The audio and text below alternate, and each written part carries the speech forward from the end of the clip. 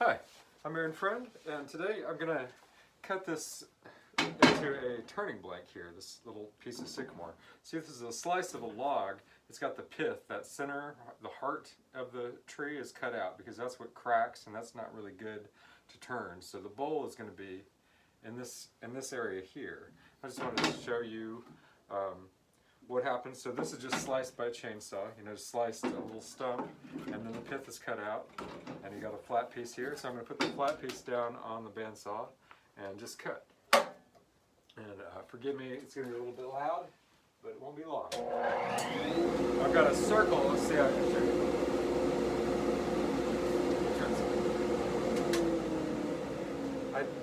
Before I get started here, I just want to show you. I have this circle maker here, and I drew this circle and marked it on the log slice before I get started, just so you know.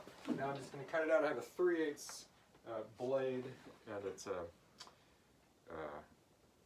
what is it, like 6 TPI, I think, and that's not my ideal blade. I actually prefer to cut octagons with a 3/4 blade, but I've used all my 3/4 blades. So the 3/8 blade makes perfect circles. They just aren't as strong, and they can't do as many things. So I like to slice up logs in other ways besides circles. But anyway, here we go.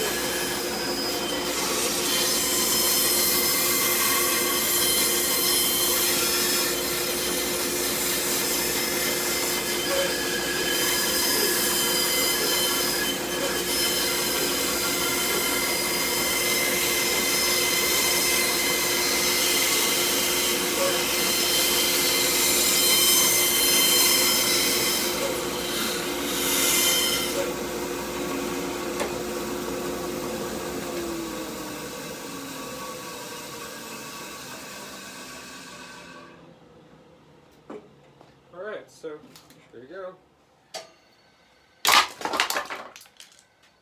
A perfect circle, and that'll work really well to turn on the lathe. But before we get started, we're going to have to use some tools. So I want to show you what tools I use and how to sharpen them. So let's spin over here to the grinder. And we'll start with let's see, it's set on 60 degrees right here. This little thing is set at 60 degrees, so I'll start with my bottom bowl gouge. See, this has a 60-degree bevel, and then it has a 40-degree back bevel. So we'll start with 60. I just set it here and spin it around.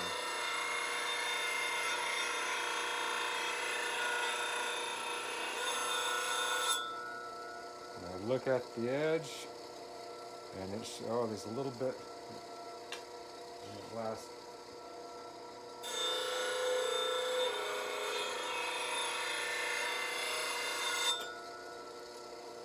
And it looks shiny in the light. Now I'm going to set it at 40 for the back bevel.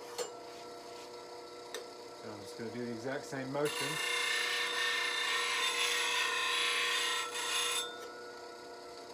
And now I have a nice little back bevel, and that'll work great for my bottom bowl gouge. Now that it's set at 40, I'm going to go ahead and use my main gouge. This is my 40/40 gouge, and I've got little marks. You probably can't see them, but there's little marks on this thing at 40 degrees. So I'm setting it at 40 degrees here, and I'm just pulling it across, and then I'm turning at the end. And that looks like I could get a little bit more. I'm setting it at 40 degrees.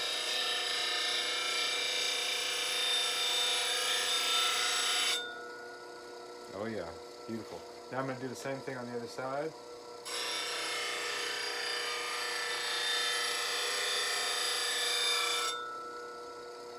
A little more. 40. Yeah.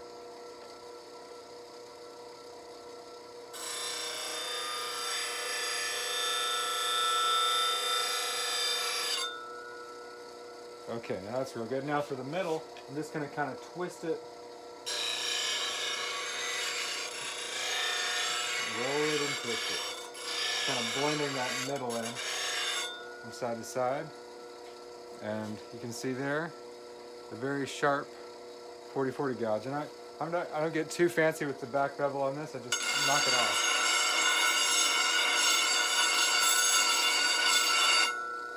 And there you go, the back is back beveled.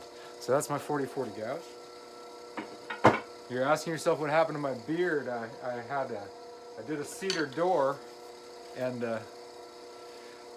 my mask, got the cedar in between my mask, and it somehow made my beard hair dissolve. So watch out for that cedar, it's really caustic. So now I'm going to set it at 25 because it shouldn't go to 20. This is my skew, and I use it as a negative rake scraper, so I put a little burr on it, so I'm going to flatten it off here.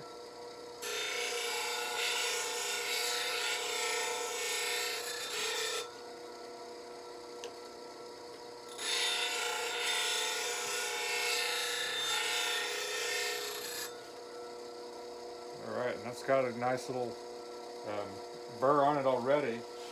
I'm just going to make it a little better. This is just a round shank with a drill driver. It's important that it's round because if it's square it leaves little knocks in it. So that's really nice. It's a sharp blade with a little bitty curled burr at the end like you'd use on a cabinet scraper. And that burr is like a super sanding paper. And now here's another, this is for the inside of the bowl. I use that on the outside of the bowl, but I'm just going to rough turn this bowl, so I don't really need it for much. I don't need either of these really for a rough turn bowl, but just to show you. So it's the same thing. I set this here using my thumb and spin it around. And if it was real dinged up, I do it on both sides, but actually this is pretty fresh. It still has kind of a nice burr on it, so I'm just going to pull that burr with this too. Always want to make sure your fingers are out of the way. And that's a nice burr. There's probably no way you could see a burr on here, but it's nice and sharp. All right, and now my last tool, I set this one back at 60 degrees. I should have done this back when I was doing my bottom bowl gouge. But this is kind of funky. I probably shouldn't even show you, but this is just a scraper from cheap Benjamin's Best, and I kind of modified it so it cuts the dovetail for a recess for a chuck, and so it's got a little bit of an angle on it, and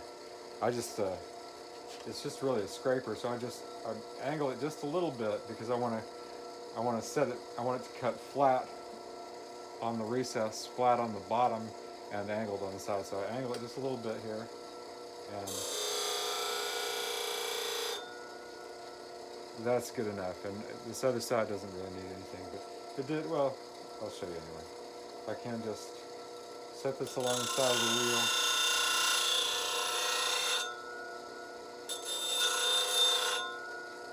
And there you go. This is nice and sharp, and it will cut my little dovetail from my recess. Most people use a bedan, which would be, this is essentially a modified bedan. It's just a scraper.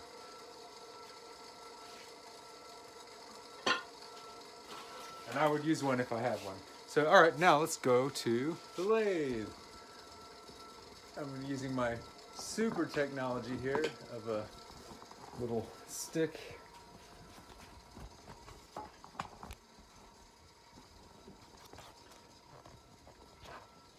And here we are at the lathe.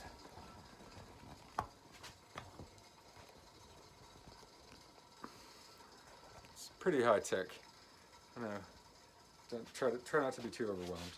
So that's just my helmet here. Stick this up here.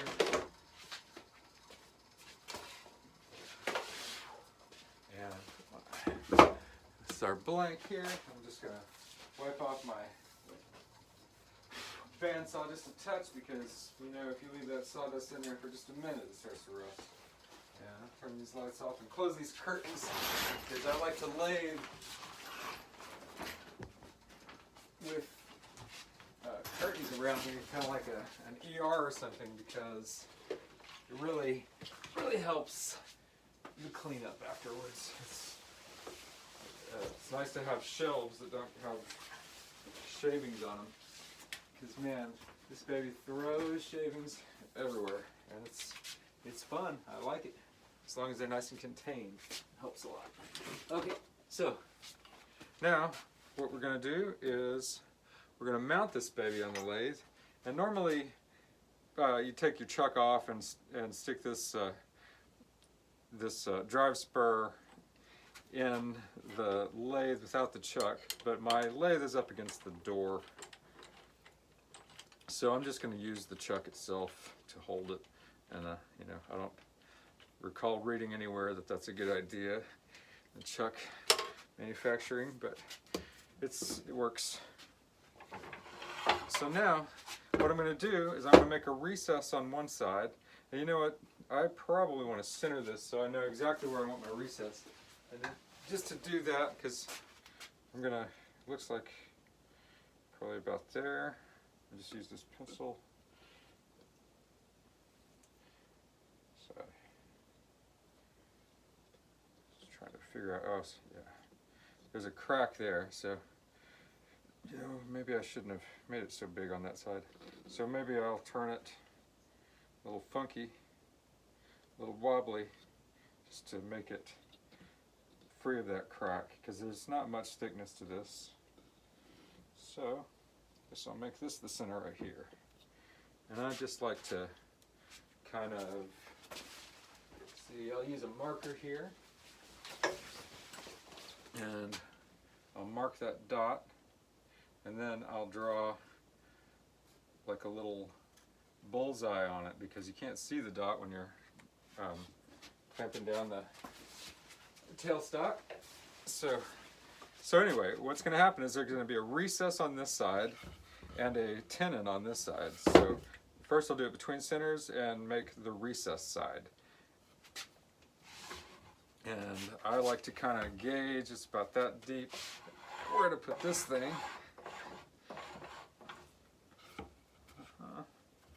And that helps me know how far I can pull this up.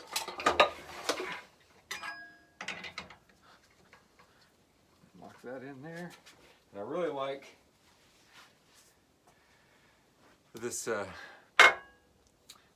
get this thing in place, it is very nice to use a mallet, even though I'm sure that's not something they say either in the manufacturing. I noticed if I don't use a mallet, when I crank it down really hard, it doesn't, it backs up just a little bit, and that's no good. And then also, it's nice to use the mounts to take it off. That way you don't just tear your shoulder out. Maybe you don't, but I have definitely torn my shoulder jerking that thing free.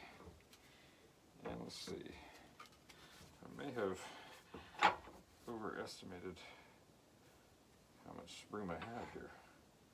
Yeah, kind of did. So I'm gonna have to, you get to see me knock this thing back early. See, that really saves a lot of pain. Okay, I think that's good enough. Hope.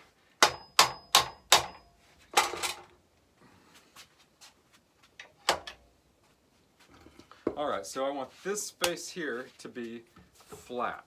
That's all I'm really trying to do right now, is this space flat.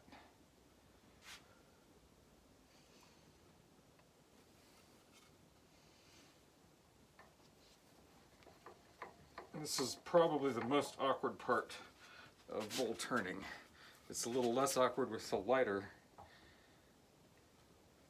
piece. So this isn't going to spin super great because there's a crack at the very edge, as you heard me say earlier.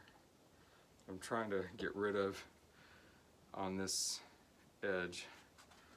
So I still don't have enough room, it looks like. Golly. All right.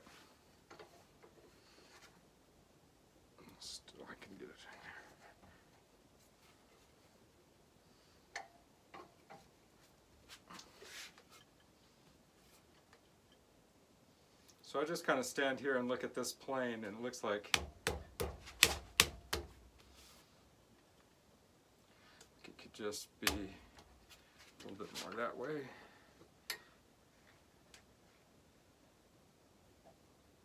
Not quite that much. That seems worse. This way.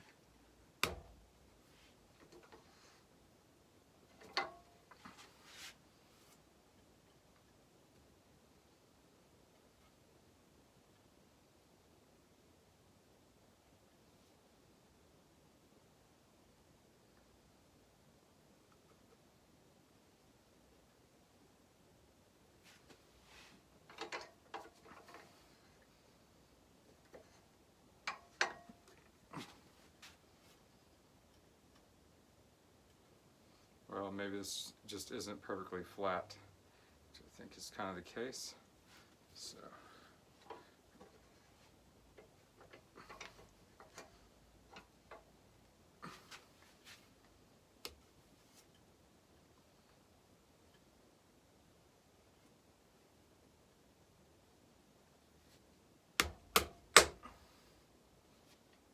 Okay, that looks pretty good to me.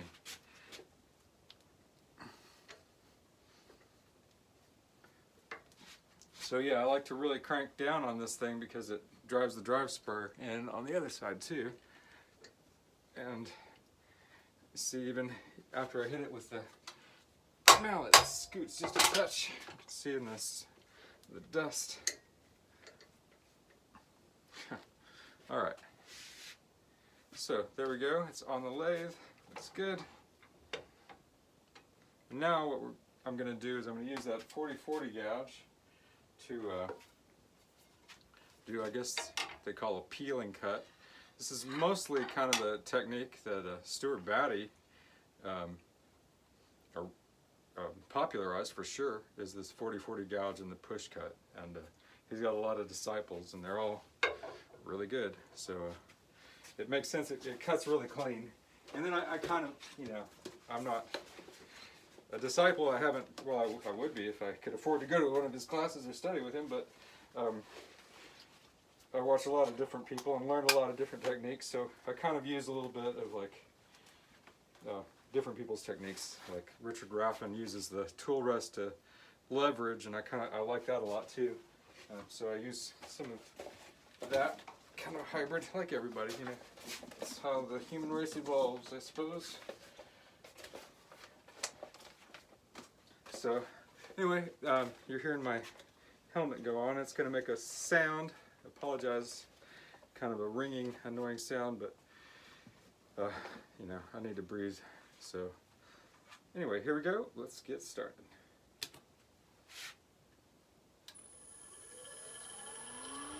Whoa!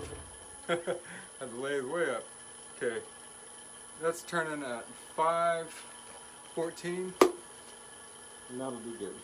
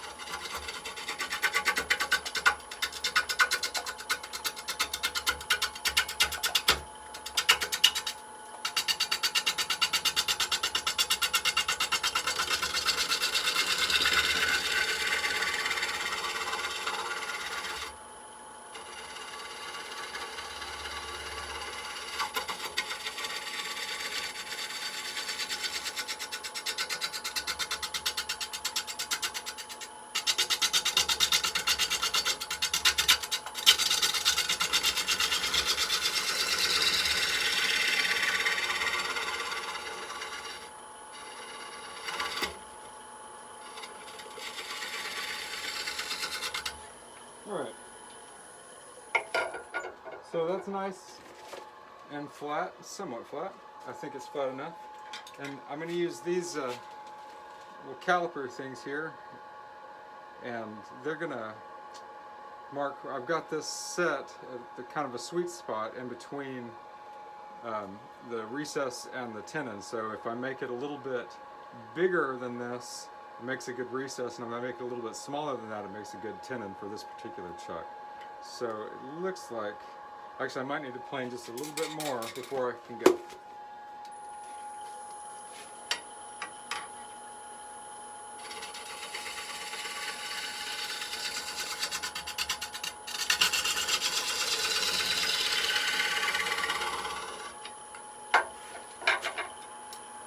So I'm going to take this one point here, I'm going to look at it, kind of measure, and then I'm going to cut in with this one side,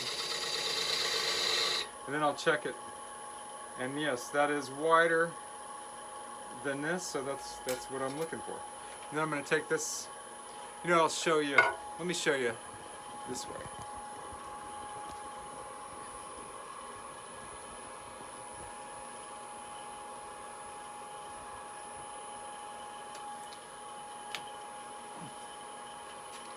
Alright, so this is my circle, and I'm going to cut into it with the bowl gouge first.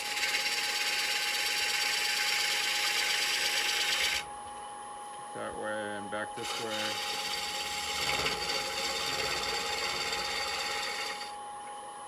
Alright, now I've got a nice cut in there, and I'm going to use this janky bedan here to cut in.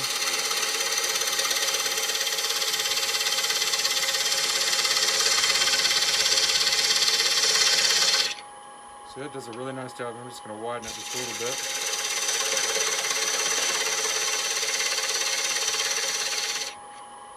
Alright, I'm going to just make sure it's nice and clean here. Oh yeah, nice and clean. Alright. So then I'm going to take this and just make this circle as narrow as possible on my chuck here. Or so my chuck will go around it. Alright, there we go. So now I've got this dovetail recess for the chuck to expand into, and I've cut away everything except this little dot here where the tailstock was up against it, and that little dot will fit just fine in the hole of the chuck, so I don't need to even get rid of that. So now, it'd be too hard to show you, but I'm just going to expand this chuck. I'm going to open it up, and it's receive this thing and then hold it tight.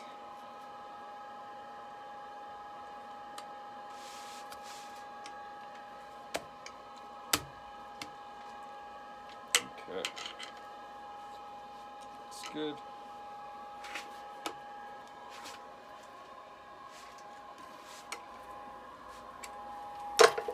And now we can do the rest. And this one is nice and round already, so there's not much to do. Oh yeah, that's right, I did want to cut that one part out. So let's see, yeah, it's not so round on this side. So I'm going to go ahead and make it round with, I guess I'll keep the tailstock up to do that. Yeah, I could use a little bit of roundness there. It's a little awkward. And it'll spin a lot nicer. And I could take the tailstock off at this point because this chuck really does hold. But it's a little bit awkward, so I'll just keep it on. But it is really just superfluous. Might not reach. Yeah, it's really superfluous at that extension. But okay, let's see.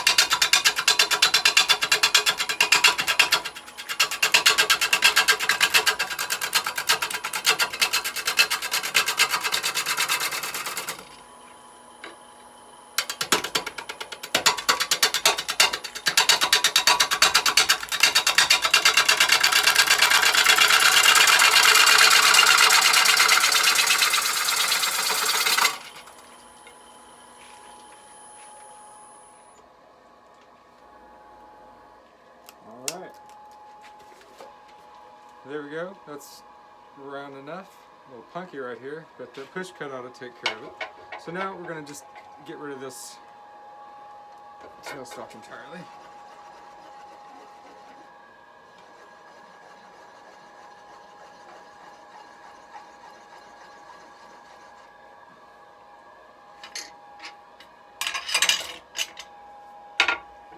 This anymore.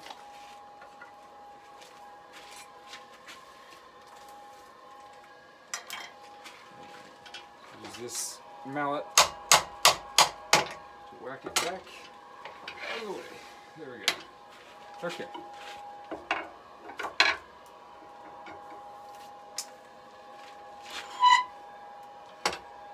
Now, a lot of this stuff is going to come flying off like crazy.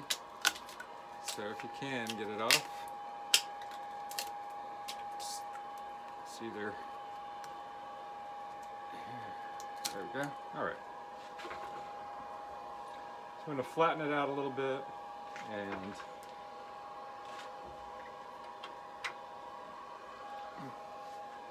go from there. So I'm all this is with the 40/40 gouge so far.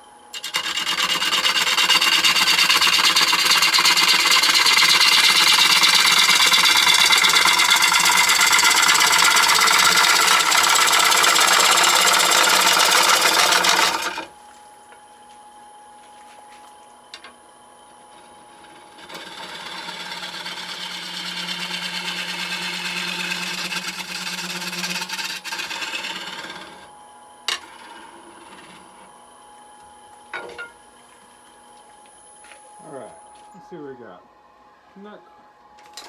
Doesn't look like it's quite enough to get a tenon yet, but we're getting really, really close.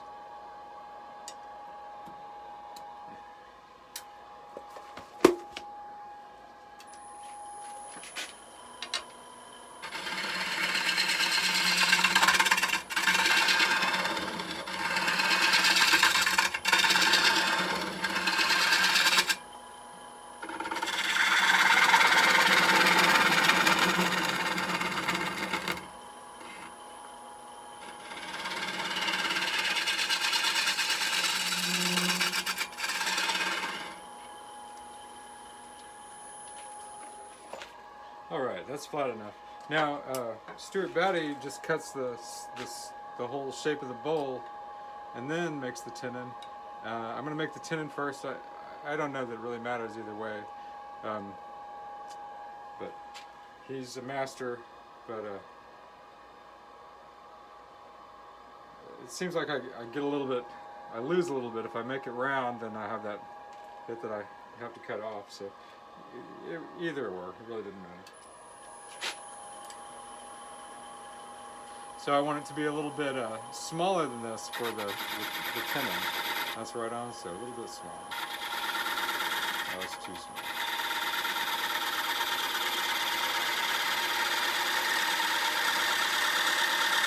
All right. So let me show you this too.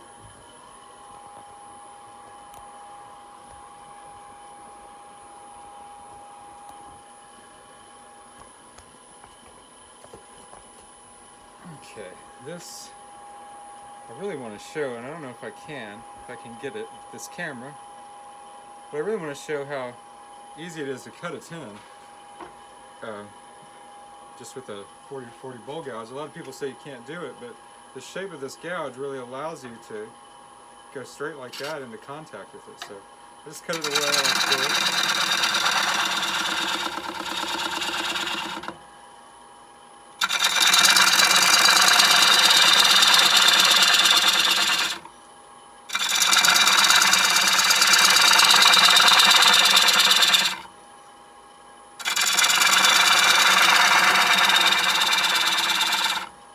Okay, then I just take it from here and I roll it. I roll it until this plane here is flat against the base, and it gets perfectly flat. So you just have to take the tip there up and then roll the tool.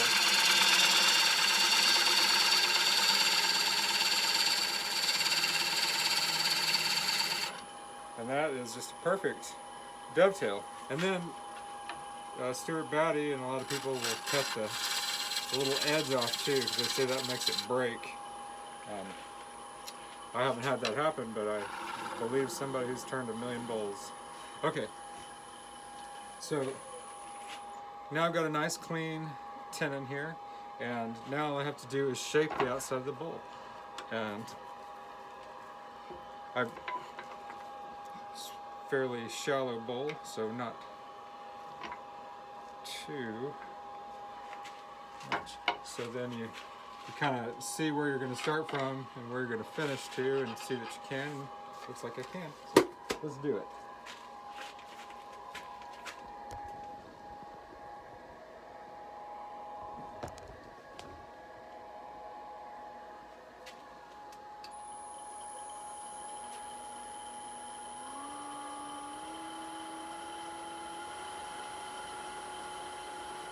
Okay, I got it up about 780, that's nice.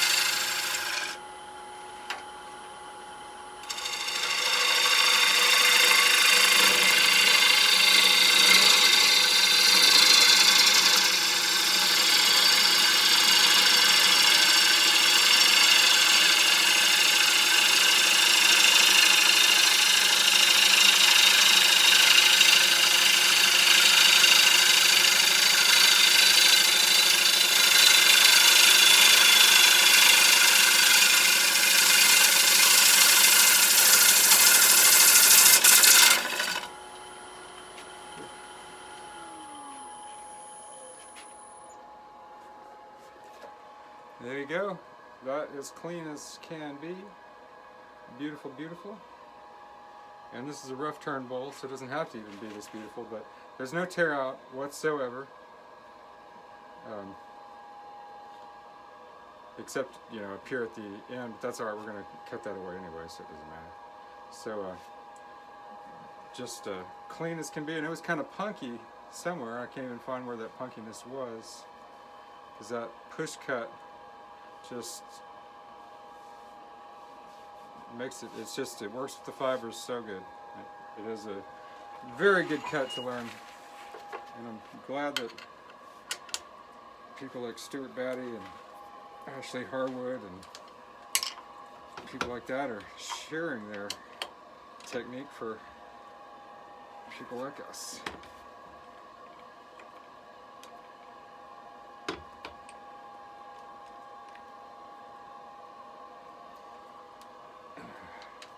Lathe back also is it's her Instagram. There's another one of his students that shares those techniques, and they're all just great. Everybody who studied under him is pretty good at what they do. So anyway, here we go.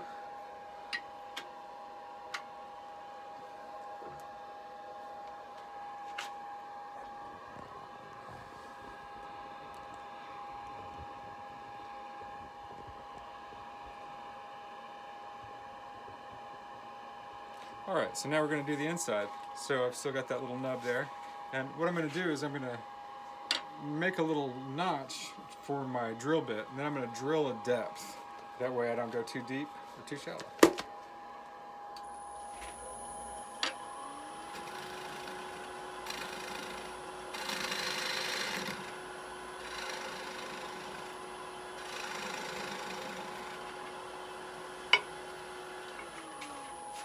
Okay. Now I have to find my drill bit because it fell a second ago. Great. That's convenient, huh? Let's see, where is that thing? There it is. Alright. So all I've got here is an electrician's screwdriver and a drill bit that has one of these kind of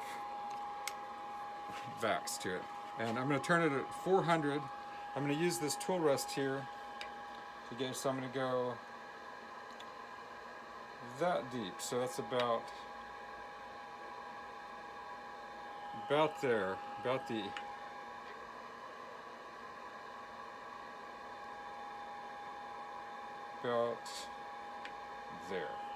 So I'm going to turn the lathe down to 400 and drill that in. I got the tool rest down low so I can use it to see where to stop. So there we are, 390, close enough. So I got my finger here. You don't have to use your finger.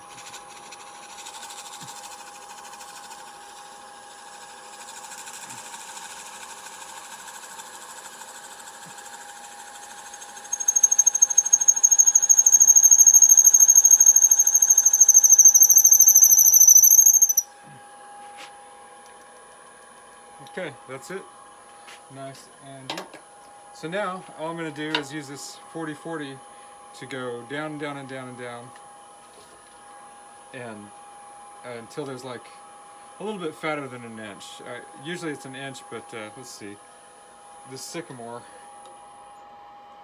is really beautiful. You know what? Actually, I'm going to use my bottom bowl gouge, which we used earlier, and I'm going to just flatten this out because it's still kind of chunky, and this is going to be my edge of the finished, or the once turned bowl anyway. So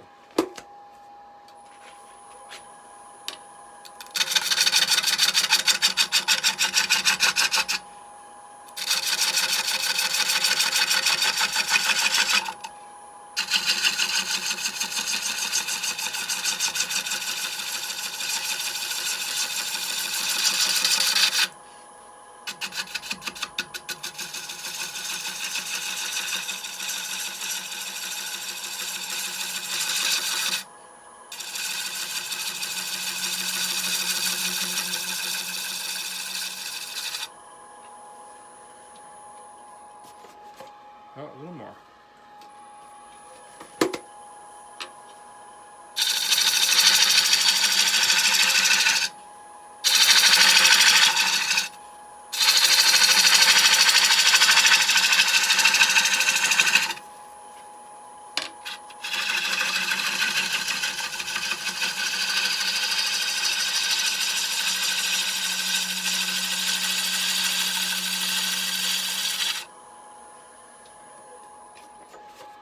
Okay, that looks pretty nice. Well, this doesn't have a whole lot of awesome medullary rays, so maybe I will just make this an inch thick. And anyway, okay, I'll make this an inch thick, and I will, I'm just going to use my 40-40 gouge to just go into the center, into the center, into the center until I get to an inch thick. And then I'll use the bottom bowl gouge at the very bottom.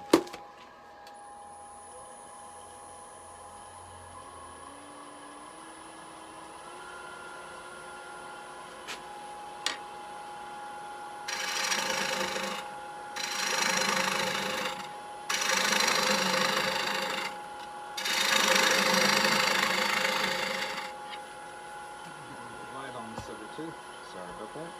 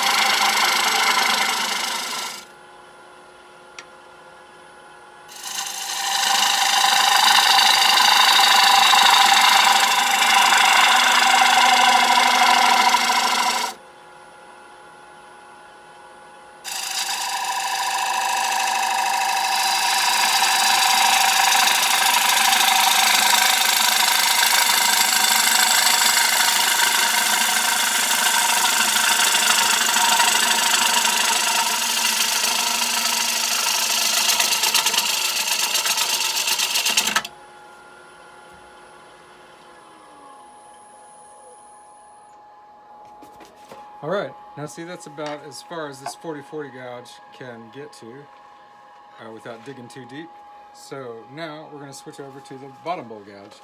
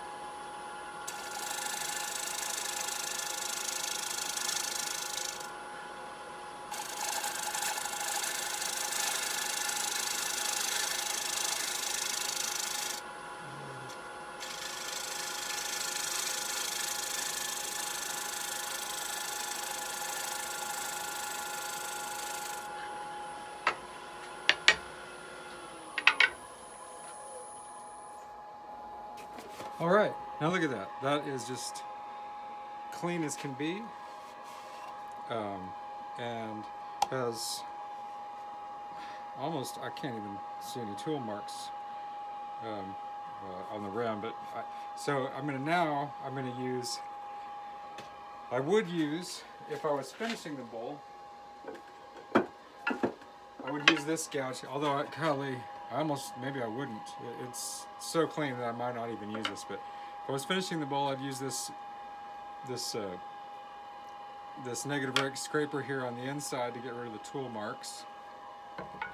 And then I'd use this other negative rake scraper here on the outside to get rid of the tool marks. And I always feel the burr, you don't want to use the wrong side of the negative rake scraper. But for now, because this is going to be this is going to sit for a year and dry, or 6 months probably, before I turn it again, and it's going to get an anchor seal on it. So I don't want to have sharp edges, because those sharp edges have more of a tendency to crack than rounder edges. So I am just going to use this this negative rake scraper here to round off these edges.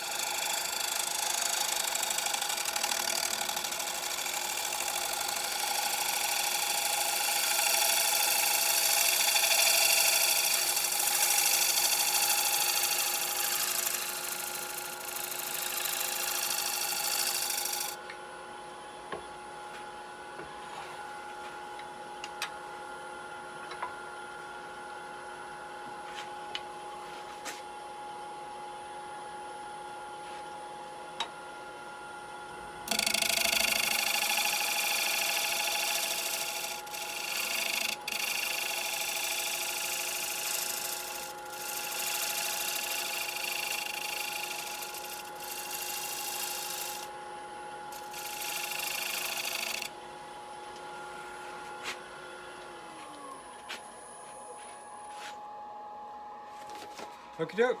That's basically it. That is a beautiful rough turn bowl. I can turn my helmet off finally. And now all I've got to do is wipe the shavings off my lathe so they don't rust it. And my tools over to go to get sharpened. I'm going to put a mat down here.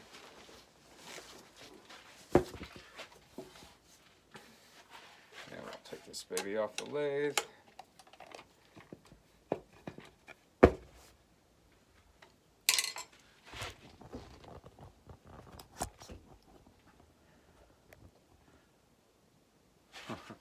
It's been a wild ride, huh? Moving that thing around, I hope you're not too dizzy. So now this is just anchor seal. And start on the bottom here.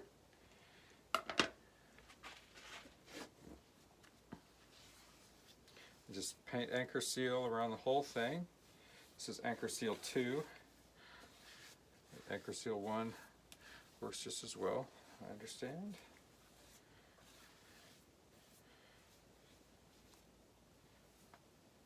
Okay, so now that's nice and anchor sealed on the bottom, and we'll do it on the top.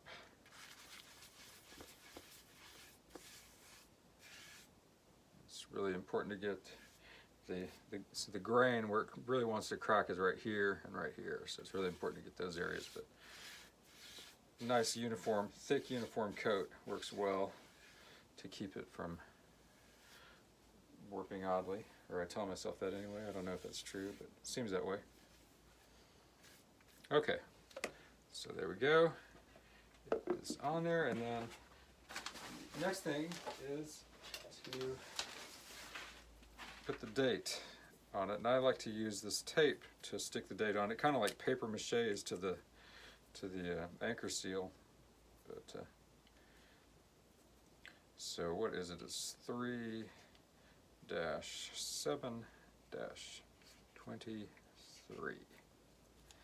That way I'll know how long it's been drying. I can see this on the shelf nice and easily. I stick it right here. It also gives me a place to grab it so I don't remove too much anchor seal when I'm putting it up. Let's see here.